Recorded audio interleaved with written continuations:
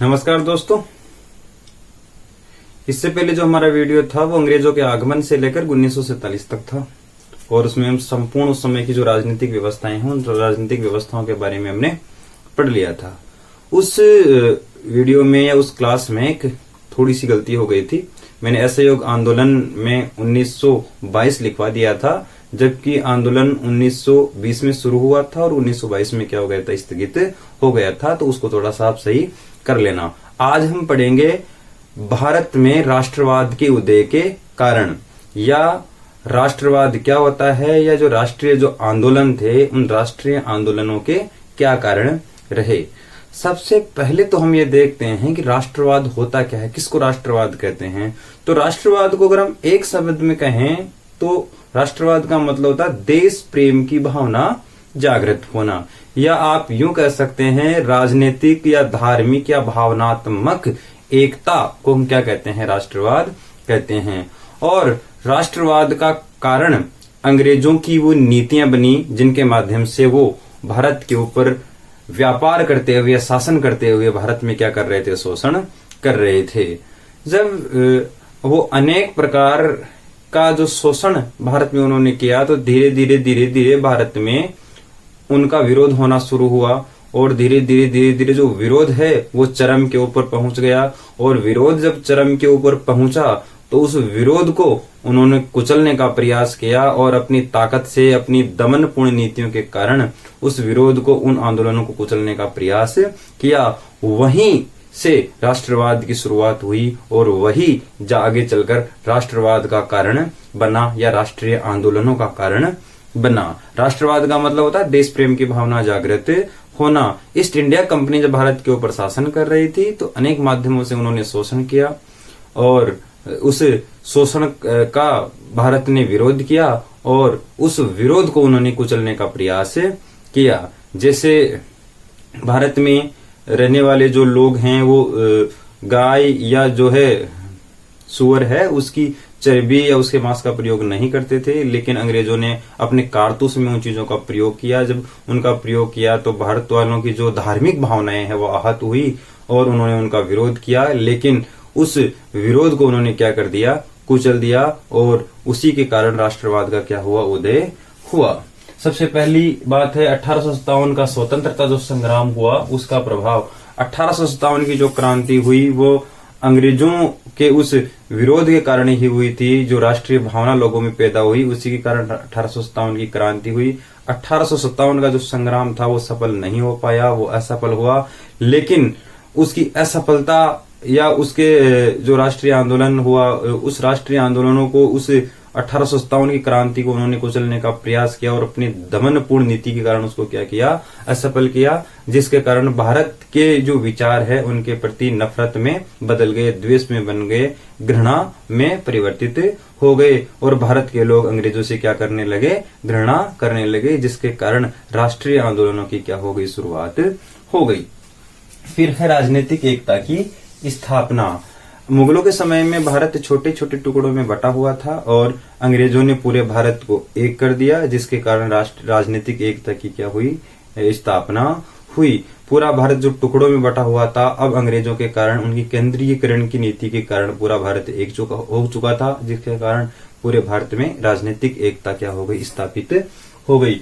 फिर है धार्मिक व सामाजिक पुनर्जागरण। 19वीं सदी में बहुत से सामाजिक और धार्मिक पुनर्जागरण हुए, जिनके कारण भारत में एक ऐसी विचारधारा उत्पन्न हुई और भारत धीरे धीरे इनके कारण भी जो है, जो आंदोलन है उनकी शुरुआत होने लगी।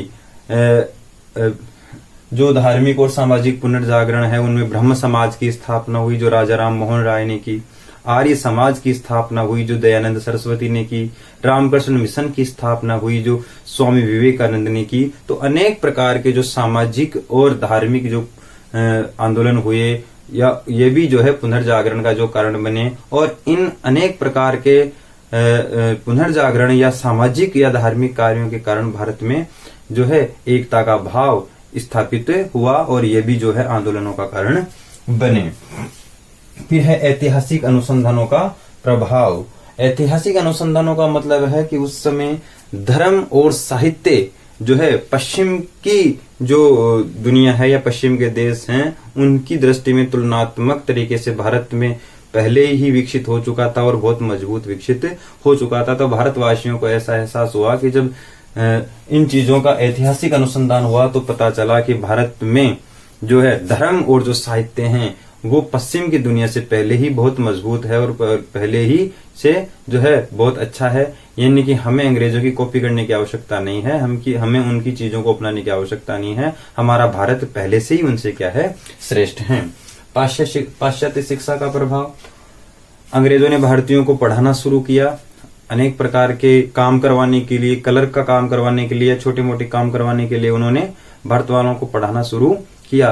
भारत वाले जब पढ़ना सीख गए अंग्रेजी भाषा को तो उन्हें अनेक प्रकार के विद्वानों को पढ़ने का मौका मिला, जिससे कि आंदोलनों को क्या मिला, आंदोलनों को गति मिली या आंदोलन और ज्यादा मजबूत हुए। जब भारत वाले अंग्रेजी पढ़ लिख गए थे तो अनेक प्रकार के जो विद्वान है उन विद्वानों की किताबें उनके समझ में आने लगी और वो पढ़ने लगे, और वो समझ बढ़ने के कारण जो है आंदोलन और ज्यादा क्या हो गए, प्रेरित हो गए।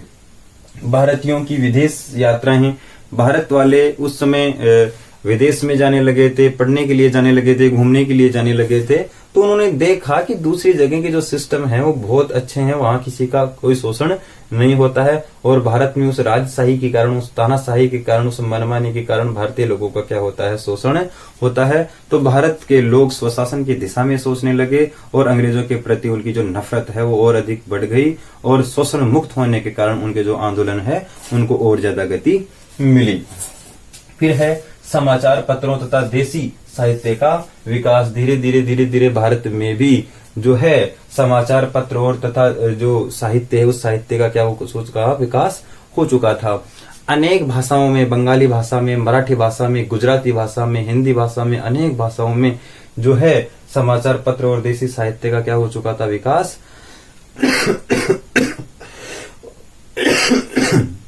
अनेक जो है समाचार पत्र और देसी साहित्य का क्या हो चुका था, विकास हो चुका था।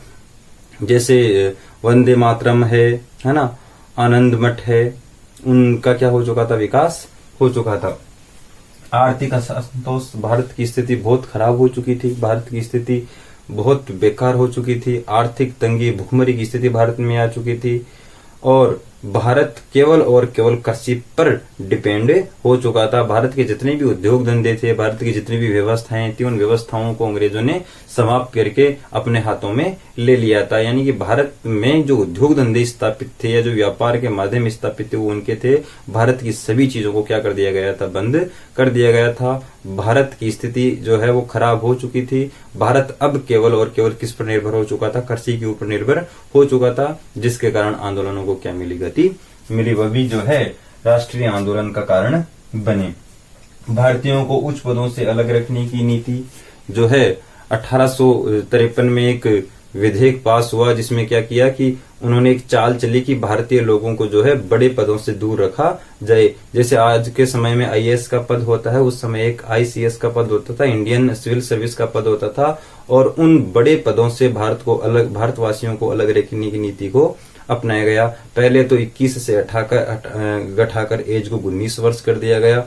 दूसरा, जो पेपर जो होता था वो भारत में नहीं होता था, भारत के बाहर होता था, तो भारतवासियों को बहुत तकलीफ होती थी, भारतवासी उस पद के ऊपर नहीं जा पाते थे। और उस बिल में, उस विधेयक में ये बात कही गई थी कि वंश के आधार पर या फिर धर्म के आधार पर या देश के आधार पर किसी प्रकार का कोई भेदभाव नहीं किया जाएगा। लेकिन बाद में उन्होंने क्या किया, भेदभाव किया, जिसके कारण जो है आंदोलन और ज्यादा प्रभावित हो गए। यातायात तत्व संचार के साधनों का विकास। धीरे धीरे यातायात और संचार के साधन भी विकसित हो चुके थे, जिसके कारण भौतिक एकता जो है आसान हो गई थी। व्यक्ति एक जगह से दूसरी जगह जाकर, जो भी क्रांतिकारी प्रवृत्ति के लोग थे, वो एक जगह से दूसरी जगह जाकर लोगों को समझाना, बताना, अपनी बात को एक जगह से दूसरी जगह पहुंचाना क्या हो गया था, आसान हो गया था, जिसके कारण जो राष्ट्रीय आंदोलन है वो धीरे धीरे और मजबूत हो गया था। फिर है लॉर्ड लिटन की दमनात्मक नीति। जो लॉर्ड लिटन हैं वो एक ऐसे व्यक्ति के रूप में सामने आते हैं कि जिसकी आप कल्पना नहीं कर सकते। एक बहुत अधिक तानाशाही व्यक्ति थे। उन्होंने उस समय की जो भारत की जो आर्थिक स्थिति थी वो बहुत बेकार थी, और आर्थिक स्थिति बहुत बेकार होने के बावजूद उन्होंने 80 पाउंड जो भारत का जो खजाना था उसको कहाँ बेच दिया था, ब्रिटेन में बेच दिया था। और दिल्ली में बहुत बड़ा दरबार सजाया गया और वहां अमीर लोगों को बुलाया गया। उसी समय अफगानिस्तान के ऊपर जो है आक्रमण करवा दिया। भारत के जितने भी समाचार पत्र थे उन समाचार पत्रों के ऊपर उन्होंने क्या लगा दिया, प्रतिबंध लगा दिया। समाचार पत्रों के ऊपर तो प्रतिबंध लगाया ही, और भारतवासी हथियार लेकर नहीं चल सकते। एक ऐसा बिल पारित करवाया कि कोई भी भारतीय व्यक्ति जो है वो हथियार साथ लेकर नहीं चल सकता। भारतीय लोगों के हथियारों के ऊपर क्या लगा दिया, प्रतिबंध लगा दिया।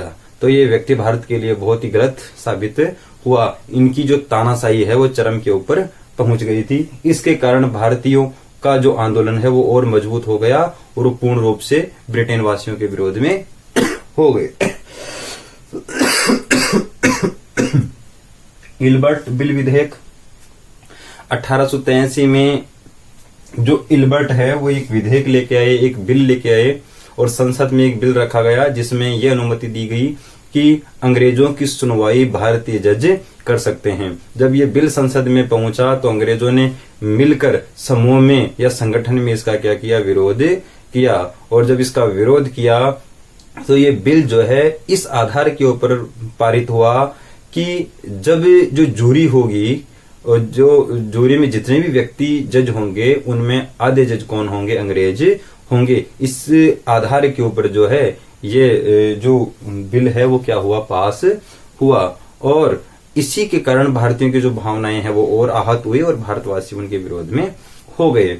इल्बर्ट बिल विवाद का मतलब यह है कि इल्बर्ट एक विधेयक लेके आए थे, एक बिल लेके आए थे संसद में। वो बिल ये था कि उस 1883 से पहले भारतीयों को अंग्रेजों का मुकदमा सुनने का अधिकार नहीं था। इस बिल में यह था कि अब से अंग्रेजों के मुकदमे सुनने का अधिकार किनको दिया जाएगा, भारतवासियों को दिया जाएगा। लेकिन अंग्रेजों ने संगठन बनाकर इस बिल का क्या किया, विरोध किया। जब इसका विरोध किया गया तो यह संशोधन होकर पारित हुआ। और संशोधन क्या हुआ कि उस जूरी में उन कॉलेजियम जो व्यवस्था आज के समय में जो चलती है उसका आधार आप ले सकते हैं कि जो जूरी में जितने भी व्यक्ति होंगे उस जूरी में आधे कौन होंगे, आधे से ज्यादा या आधे कौन होंगे, अंग्रेज होंगे। इस संशोधन के आधार पर वो बिल क्या हुआ, पारित हुआ। इसके कारण भी भारतीय लोगों की जो भावनाएं हैं वो आहत हुई और जो आंदोलन है उसको क्या मिली, गति मिली।